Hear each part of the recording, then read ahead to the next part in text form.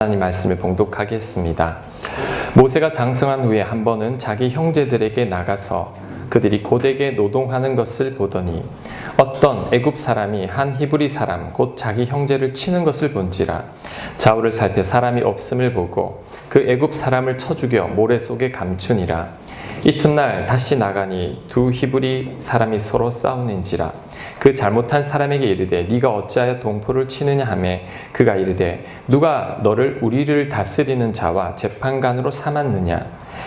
내가 애굽 사람을 죽인 것처럼 나도 죽이려느냐. 모세가 두려워하여 이 일이 탈로 되었도다. 바로가 이 일을 듣고 모세를 죽이고자 하여 찾는지라. 모세가 바로의 낯을 피하여 미디안 땅에 머물며 하루는 우물 곁에 앉았더라. 아멘. 한 아이를 입양한다라는 것은 정말 귀한 일입니다. 최고의 사랑이 아닐까 생각합니다. 여러분은 입양하실 수 있겠어요? 내 애도 제대로 못 키우겠는데 어떻게 내가 남의 애까지 키울 수 있겠는지. 그래서 저는 입양하신 분들을 굉장히 존경합니다. 자, 그런데 대부분의 이 입양한 아이들이 자라면서 이 정체성의 혼란을 겪는다고 합니다. 예를 들면 우리 한국에서 만약 미국으로 입양된 아이들은 처음에는 자신과 너무 어리니까 내가 다른 아이들과 다르다라는 것을 깨닫지 못합니다. 그런데 이제 나이가 조금 들면 들수록 저 아이들과 내가 피부 색깔이 다르네. 그것을 알게 되고 그 다음에 엄마와 나가 다르네. 그러다가 그 아이들이 깨닫습니다. 나는 이분들은 기르신 부모님이구나. 나를 낳아준 부모님은 나를 버렸구나. 자, 그때부터 이 아이들이 굉장히 낙심하면서 나를 버린 조국과 부모님에 대한 원망을 생기기 시작합니다. 이게 정체성의 혼란이 오기 시작한 거죠. 미국 사람도 아니요, 한국 사람도 아니요. 그러다가 나중에 이들이 더 크게 되면 그 혼란 과정을 겪고 더 크게 되면 이제 조국을 생각하는 마음이 생긴다고 합니다. 그래서 아직 완전한 정체성을 가지기 전까지는 처음에는 한국 사람들을 만나려고도 하지 않는다고 그래요. 왜?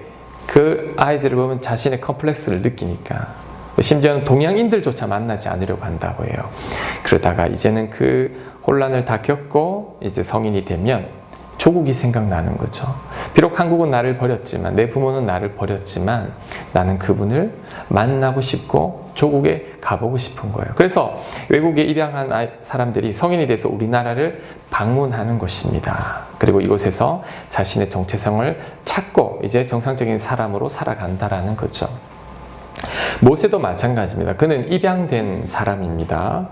그도 처음 애굽에서 떨어졌을 때는 굉장히 울었을 거예요. 엄마로부터 헤어졌으니까. 하지만 그가 애굽에서 살다 보니 나는 왕궁에 사네, 왕자네, 풍요롭네.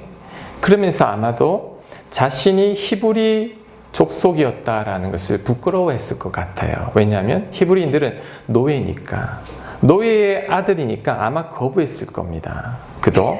근데 모세가 점점 나이가 들기 시작하면서 이제 그도 다른 입양 아들처럼 이제 자신의 정체성을 서서히 찾아가기 시작합니다. 그리고 특별히 어릴 때 지난주에 배웠겠지만 어머니한테 배운 그 하나님, 그 다음에 어머니가 가르쳐 주신 이스라엘 민족에 대한 것 점점 알아가게 되죠. 게다가 모세는 애굽 생활에 염증을 느꼈을 것이라고 생각합니다. 그가 비록 왕궁에는 살았지만 저는 모세가 아마 왕따가 아니었을까라고 생각합니다. 왜냐하면 그는 노예의 자식입니다. 여러분, 그 왕궁에서 노예의 자식이 왕자로 취급을 해줄까요? 아마 모세를 그렇게 취급해주지 않았을 것 같아요. 15절만 봐도 짐작할 수 있습니다. 제가 15절 말씀 다시 한번 읽어보겠습니다.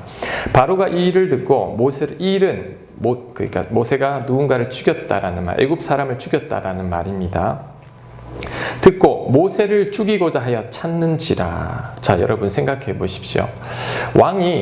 왕자가 실수로 백성을 죽였다고 그 왕자를 죽이려고 한 왕이 있을까요? 그런 나라 없습니다.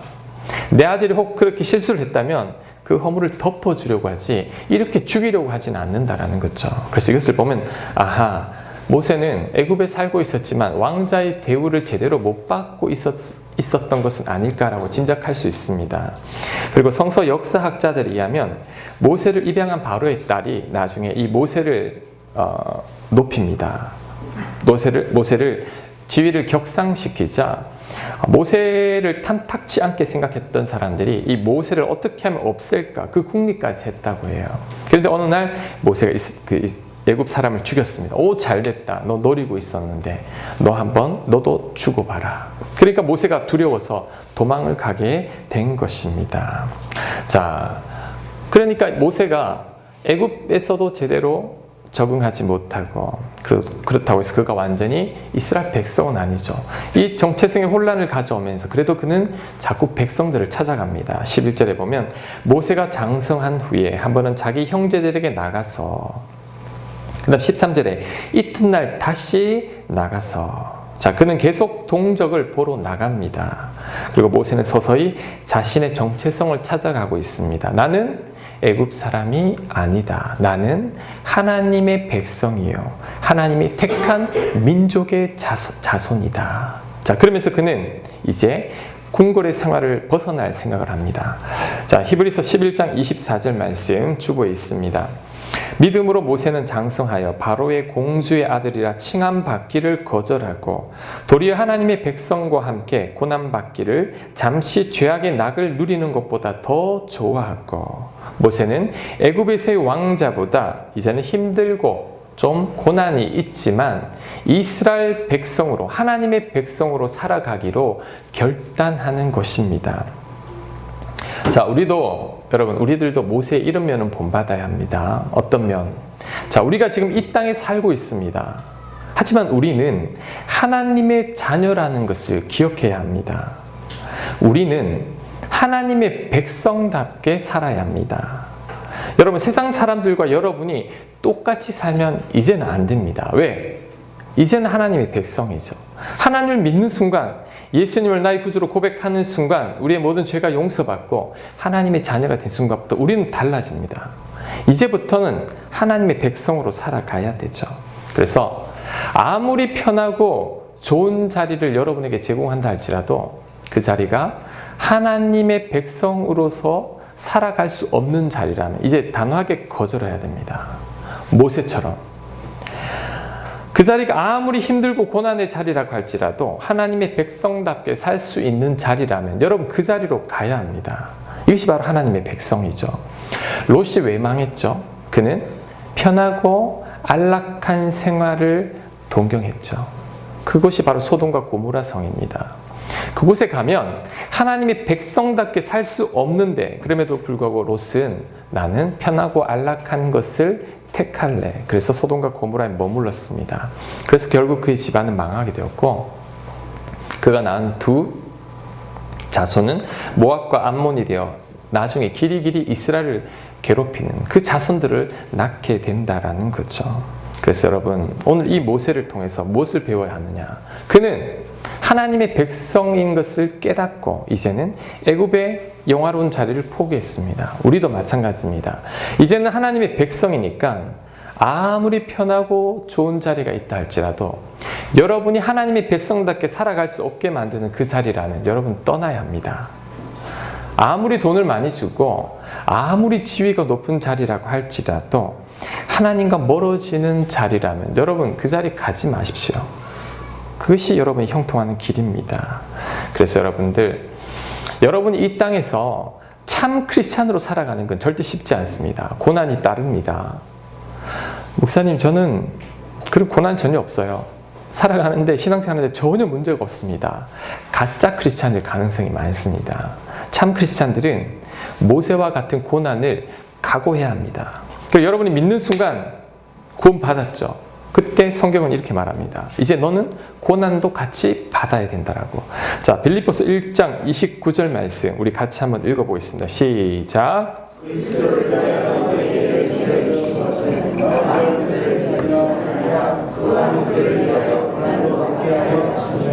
네, 뭐라고 말하죠? 은혜를 주신 것은 함께 고난도 받으라고 은혜를 주셨다라고 이야기합니다. 그래서 하나님의 백성은 절대 쉽고 편하게 살 생각을 하면 안 된다라는 거죠. 제가 류시아님을 좋아해요. 그분이 아침의 시라는 한 번씩 시를 올리는데 그 중에 저녁 노을이라는 시가 있었습니다. 요시노 히로시라는 우리 일본 사람이 지은 시인데 저는 이 시를 읽다가 하나님 백성에 대한 생각을 했어요. 물론 요시노 히로시는 하나님을 모르는 사람이지만 그 시 자체가 굉장히 감동이 되었습니다. 제가 주보에 뒷면에 있는데 한번 여러분은 눈으로 따라오시고 제가 한번 읽어보겠습니다. 언제나처럼 전철은 만원이었다. 그리고 언제나처럼 젊은 남자와 아가씨는 앉아있고 노인이 서 있었다. 고개를 숙이고 있던 아가씨가 일어나 노인에게 자리를 양보했다. 허둥대며 노인이 앉았다.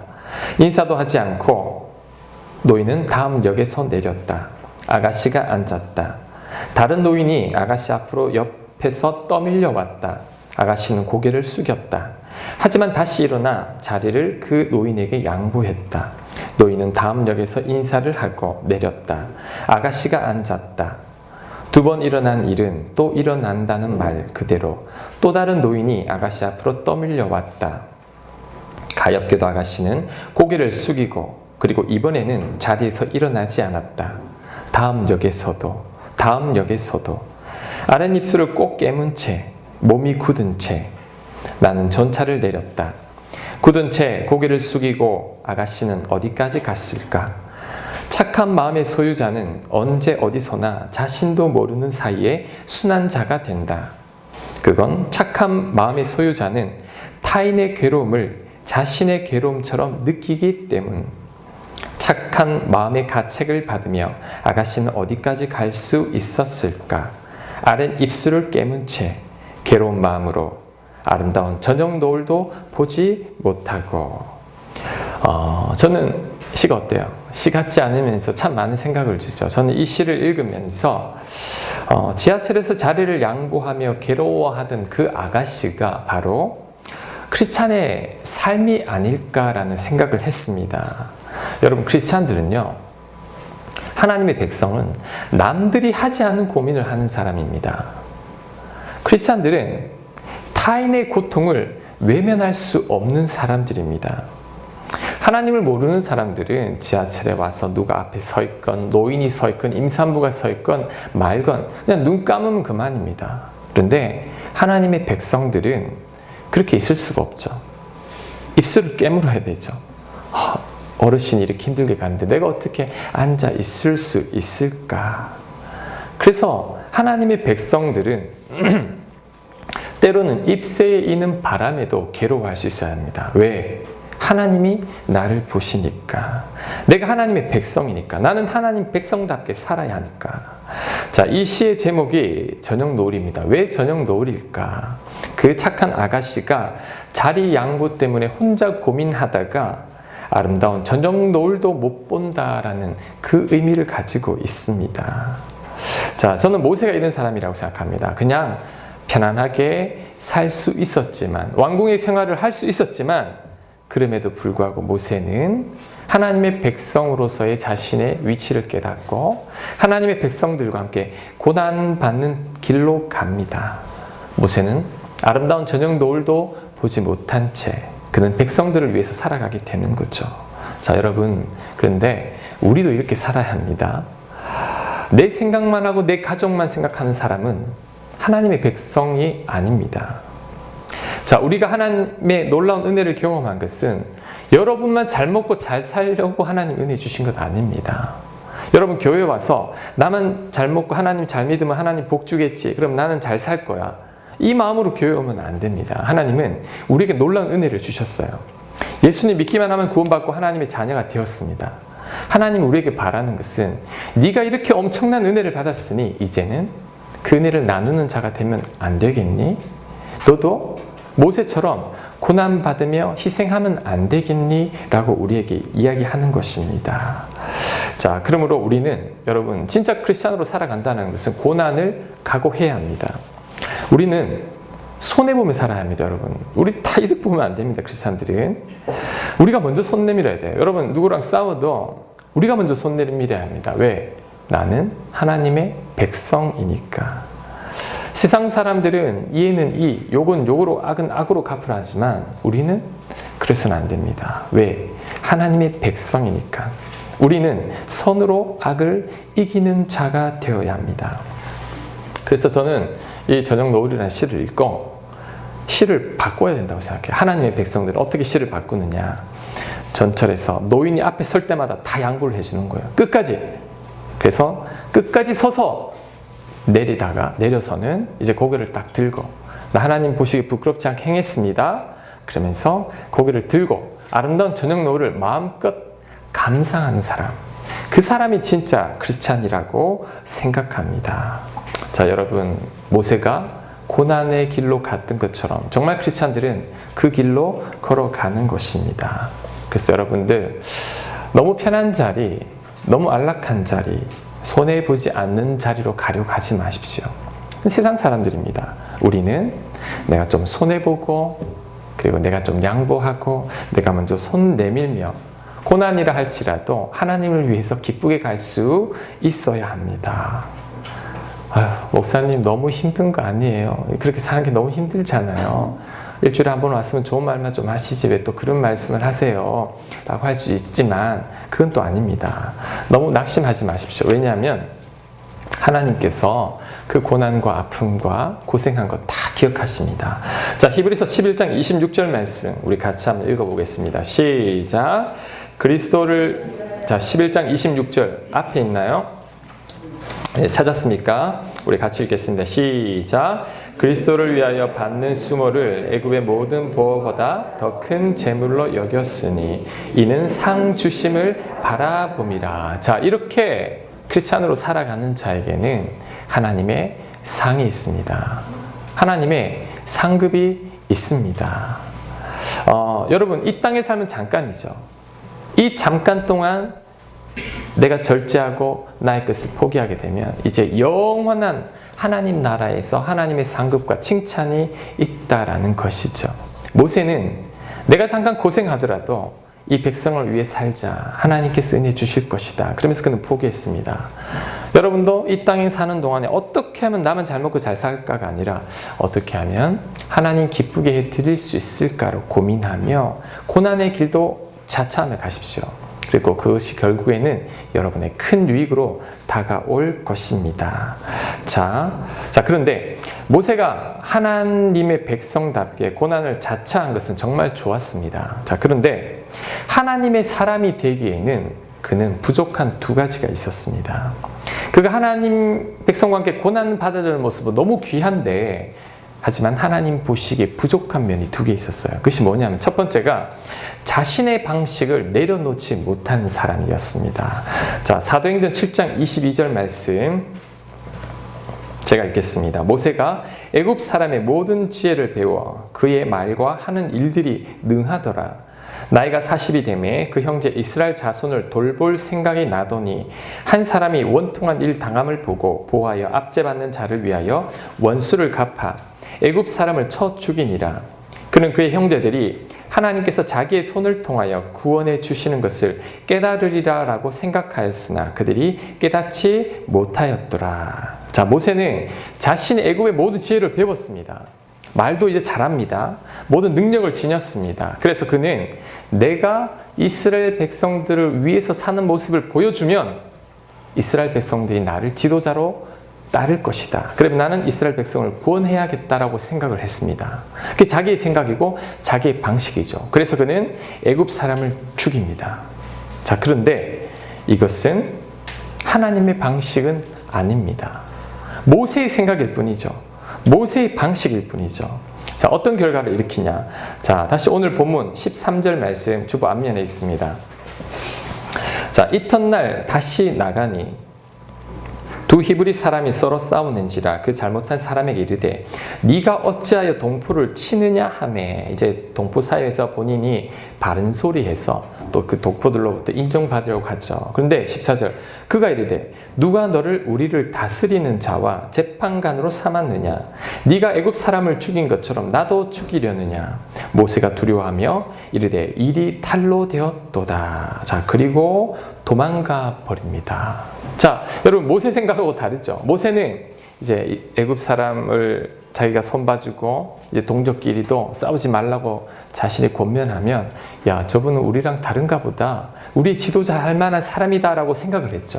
근데 실상은 어떻게 하냐면 네가 뭔데? 네가 뭔데 우리의 간섭하냐? 어제는 애굽 사람 죽이더니 오늘은 나를 죽이려고 하느냐?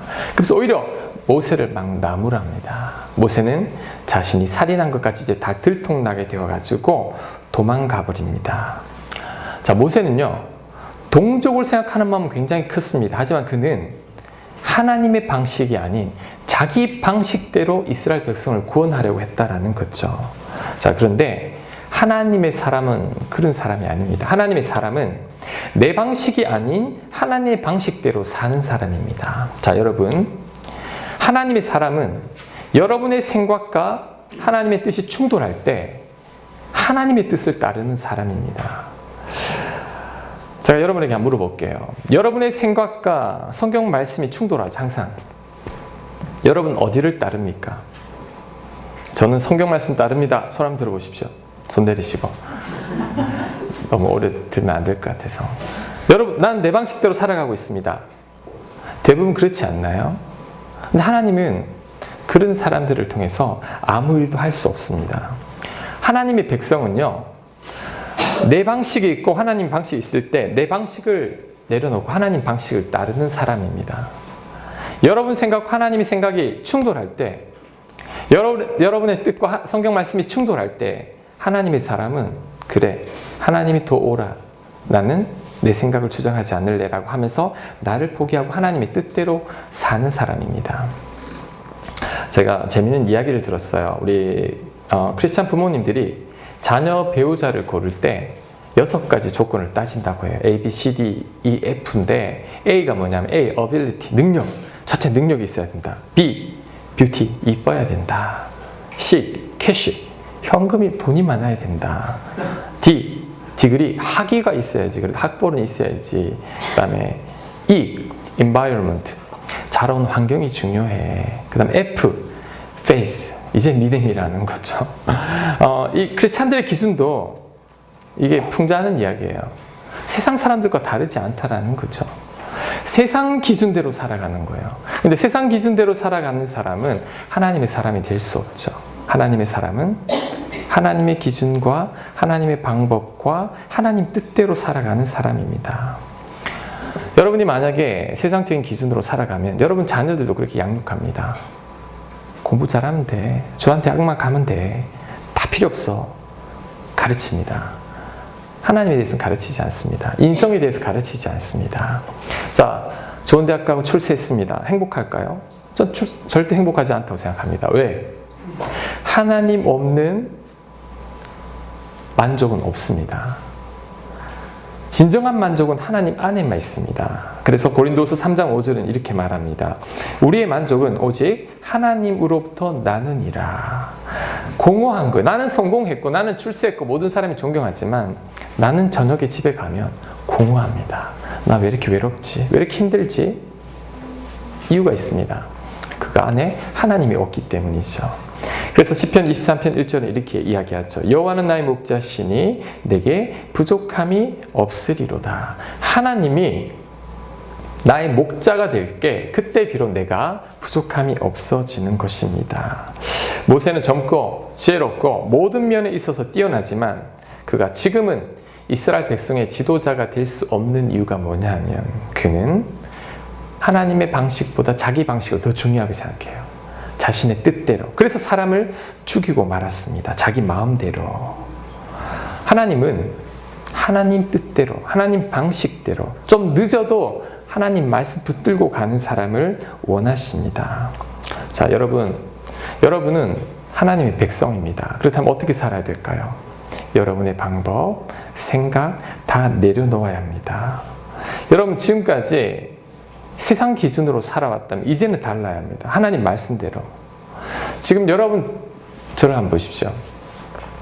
지금 여러분 생각과 여러분 기준이요 거의 다 세상적인 관점입니다. 하나님 말씀하고 비교해보면 완전히 다릅니다. 근데 이제부터 신앙생활 한다라는 것은 진짜 하나님을 믿는다라는 것은 지금까지 여러분의 방식, 여러분의 경험, 여러분의 처세술, 지금까지 여러분이 옳다고 생각하는 것, 그거 다 내려놓는 거죠. 그러면서 하나님의 뜻은 뭘까? 하나님 말씀은 무엇이라고 말하고 있는가? 그것을 따라가며 사는 사람입니다. 세상 사람들은 누가 여러분을 치면 똑같이 치라고 합니다. 교인들에게도 내가 이런 억울한 일을 당해서 그러면 그걸 가만 놔뒀냐고 혼내버릴 것이지. 세상 기준이죠. 성경은 선으로 악을 이기라고 합니다. 나는 그럼에도 불구하고 그 사람을 사랑하고 용서하려고 하는 것, 이게 바로 하나님의 방법인 것이죠. 그래서 크리스찬들이 여러분 세상 기준으로 살아가게 되면 편할 거예요. 그렇지만 여러분 안에 진정한 만족은 없습니다. 하나님의 방식으로 살아갈 때 고난은 있지만 그 안에 하나님이 주신 평안이 있는 거예요. 우리는 그렇게 살아가야 됩니다. 그럴 때 정말 우리 안에 놀라운 하나님의 은혜가 있게 됩니다.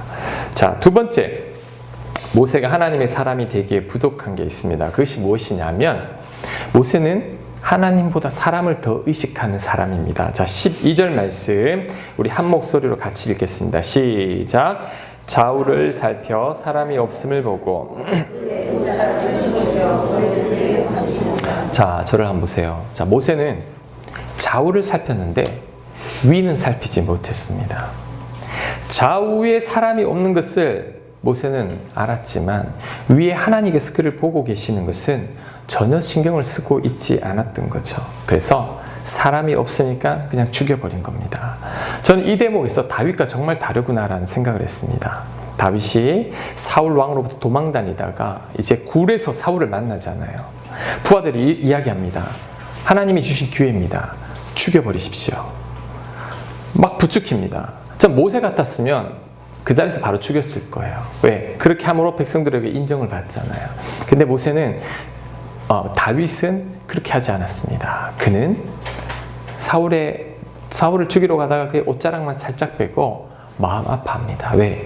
하나님께서 기뻐하지 않는 일이거든요. 다윗은 좌우의 사람들을 의식하지 않고 위에 계신 하나님을 의식한 사람입니다. 그래서 사울을 죽일 수가 없던 거죠. 자, 사무엘상 24장 14절 말씀 제가 읽겠습니다. 다윗의 사람들이 이르되 보소서 여호와께서 당신에게 이르시기를 내가 원수를 내 손에 넘기리니 내 생각이 좋은 대로 그에게 행하라 하시더니 이것이 그날이다 하니 이제 그날 죽일 수 있는 그날이 왔습니다 라는 말이죠. 다윗이 일어나서 사울의 겉옷자락을 가만히 베니라. 그리한 후에 사울의 옷자락 뱀으로 말미암아 다윗의 마음이 찔려 자기 사람들에게 이르되 내가 손을 들어 여호와의 기름 부음을 받은 내 주를 치는 것은 기름 부음 받은 자란 왕을 말합니다. 왕을 치는 것은 여호와께서 금하시는 것이니. 자, 다윗이 사울을 죽일 수 있었지만 죽이지 않은 이유는 하나님께서 기뻐하지 않았기 때문에, 하나님께서 기뻐하지 않았기 때문에 그는 다윗을 죽이지 않았던 것입니다. 저는 지나가다가 가끔씩 길거리에 보면 우리 뺑소니 현수막 있죠. 몇 월 며칠 몇 시에 어디서 어느 차량이 사고 난 사람, 목격한 사람이 있으면 전화해 달라고. 저는 그것을 보고 지날 때마다 이런 생각을 합니다. 오늘날의 크리스찬들의 모습이 아닐까. 우리 크리스찬들이요, 사람들 보지 않는다라고 하나님 앞에 악을 너무 담대하게 행해요. 사람 안 본다고. 그런데 하나님은 위에서 다 보고 계시는데, 자, 여러분의 생각, 여러분의 말, 여러분의 행동, 사람은 몰라요. 하나님은 알고 있습니다. 그것을 늘 의식하며 살아가는 사람이 믿음의 사람이고 하나님의 백성입니다. 교인들이 이런 말을 해요. 하나님과 동행하고 싶습니다. 하나님과 동행하길 원합니다. 여러분, 쉽습니다. 제가 가르쳐 드릴까요? 하나님과 동행하는 방법? 간단합니다. 매 순간 하나님이 나를 보고 계시다고 의식하고 사는 것. 이게 하나님과의 동행입니다. 어려운 거 아닙니다. 내 생각도, 내 말도, 내 행동도 하나님을 의식하면서 내가 이런 생각하면 하나님 기뻐하지 않겠지라고 생각하면 그 생각하지 않는 것입니다. 정말 하기 싫지만 하나님이 기뻐할 것 같으면 하는 것입니다. 이게 믿음 생활입니다. 이것이 동행이에요. 여러분, 동행 먼 게 아니에요. 하나님 눈에 안 보이지만 나는 눈에 보는 것처럼 그 하나님을 바라보고 살아가는 거예요. 그게 동행입니다. 어떤 사람들은 사람들의 말에 굉장히 예민해요. 여러분은 어떤지 모르겠어요. 사람들만이 예민한 사람. 지나치게 사람들을 의식하고 살아가는 사람들이 있습니다. 제가 그분들에게 꼭 해드리고 싶은 말이 있는데 그것이 말을 귀를 기울이고 사람들을 의식하는 것만큼 하나님께 예민하게 반응하면 그 사람은 하나님의 사람입니다. 왜? 사람들의 말 한마디에는 그렇게 예민하게 반응하고 사람들은 그렇게 의식하면서 하나님이 나를 어떻게 보실까에 대해서는 그렇게 무감각한지 모르겠어요. 그래서 내가 사람들을 의식하고 사람들에게 예민하게 반응하는 것만큼 하나님께 반응하면 여러분 그때는 진짜 내 안에 하나님이 계시는 게 느껴집니다. 하나님이 계시니까 함부로 생각도 잘 못합니다. 말 함부로 못합니다. 여러분 하나님 옆에 계시면 옆에 사람 놓고 아무도 함부로 욕할 수 없습니다. 하나님이 보고 계신데 그렇게 날마다 하나님을 의식하고 살아가는 게 믿음 생활입니다. 여러분 다른 훈련 다 필요 없어요. 이 훈련만 하면 돼요. 내가 하나님 앞에 바르고 정직하고 올바르게 살아가는 것. 그래서 저는 오히려 이렇게 말하고 싶습니다. 여러분 좌우에 사람들 없을 때 그때 안심하지 마십시오. 그때 조심해야 됩니다. 왜? 위에 하나님 보고 계세요. 여러분 혼자 있을 때 더 조심하십시오. 하나님이 보고 있습니다. 그리고 사람들이 여러분이 죄 짓는 것, 범죄한 것 모른다고 해서 좋아하지 마십시오. 이미 하나님께 들켰습니다. 그것을 깨달아야죠. 우리 감신대 총장님이신 우리 예전에 그 김득중 목사님이라고 계세요. 그분이 신약학 전공을 하셨는데 글들이 참 좋아요. 그분의 책에서 이런 이야기를 읽었습니다. 그가 외국에 유학을 갔을 때 우리 그 담당 교수님이 너무너무 신실하신 분이에요. 어떻게 이렇게 믿음이 좋고 하나님 같은 분이 있을까 늘 고민하다가 어느 날 그 교수님 댁을 방문했다가 그때 깨닫습니다. 아하, 우리 교수님이 이렇게 신실하신 이유를 그가 그 집에서 발견했습니다. 어떻게? 교수님 책상 위에 라틴어로 이렇게 적혀 있었어요. 영어로 하면 미죠. 비딧이 뭐냐면 비데오가 보다라는 동사거든요. 라틴어로 3인칭이 비딧, 그 다음에 제우스, 하나님. 책상 위에 이렇게 적혀 있었죠. 하나님께서 나를 보신다. 그때 김득중 교수님이 깨닫습니다. 그래, 우리 스승이 이렇게 신실하신 이유가 바로 여기 있었구나. 교수님은 항상 하나님이 나를 보신다라고 생각하고 말하고 행동하고 살아갔던 거죠. 그러니까 그 모습을 보니 진짜 하나님의 모습이 느껴지는 것이었습니다. 자, 여러분 신앙생활이란 뭐 그렇게 어렵지 않아요. 미비디테우스, 하나님이 나를 보신다라는 그 마음으로만 살아가면 됩니다. 모세는 이게 전혀 없죠. 그래서 하나님은 그를 낮추십니다. 모세는 하나님의 방식을 못 따릅니다. 자기 생각대로 하죠. 그래서 하나님께서 40년간 그를 연단합니다. 40년간 확실하게 연단하고 나서 이제는 그는 하나님의 뜻대로, 그 다음에 사람들을 의식하지 않고 하나님만 의식하고 사는 그런 믿음의 사람으로 바뀌어 버립니다. 그래서 여러분 하나님과 동행을 원하세요? 쉽다 그랬죠? 간단하다고. 옆에 하나님 보시는 것처럼 그렇게 살아가는 것. 그렇게 될 때 정말 여러분 안에 계신 하나님을 느낄 수 있을 거예요. 우리 교회 주제곡 있죠. 우리 전사님이 작사하신 우리 훌륭해요. 작사하고 작곡한 걸 보면 그 가사가 뭐죠? 내가 주 안에 주가 내 안에. 정말입니다. 주님 내 안에 거하십니다. 우리가 그 주님을 느낄 수 없는 이유는 내가 하나님 보시기에 하나님 백성답게 살아가지 않기 때문이죠. 하지만 내가 하나님 보시기에 정말 하나님의 사람처럼 살아갈 때 정말 내 안에 계신 그 하나님이 느껴집니다. 여러분 그 하나님을 느끼며 그 하나님 방식대로 하나님을 위해 고난도 자처하며 살아갈 수 있는 저와 여러분들 되시길 간절히 축복합니다. 아멘. 자, 우리 다 함께 일어나셔서 우리 주가 내 안에 내가 주 안에 우리 찬양하며 우리 봉헌하도록 하겠습니다.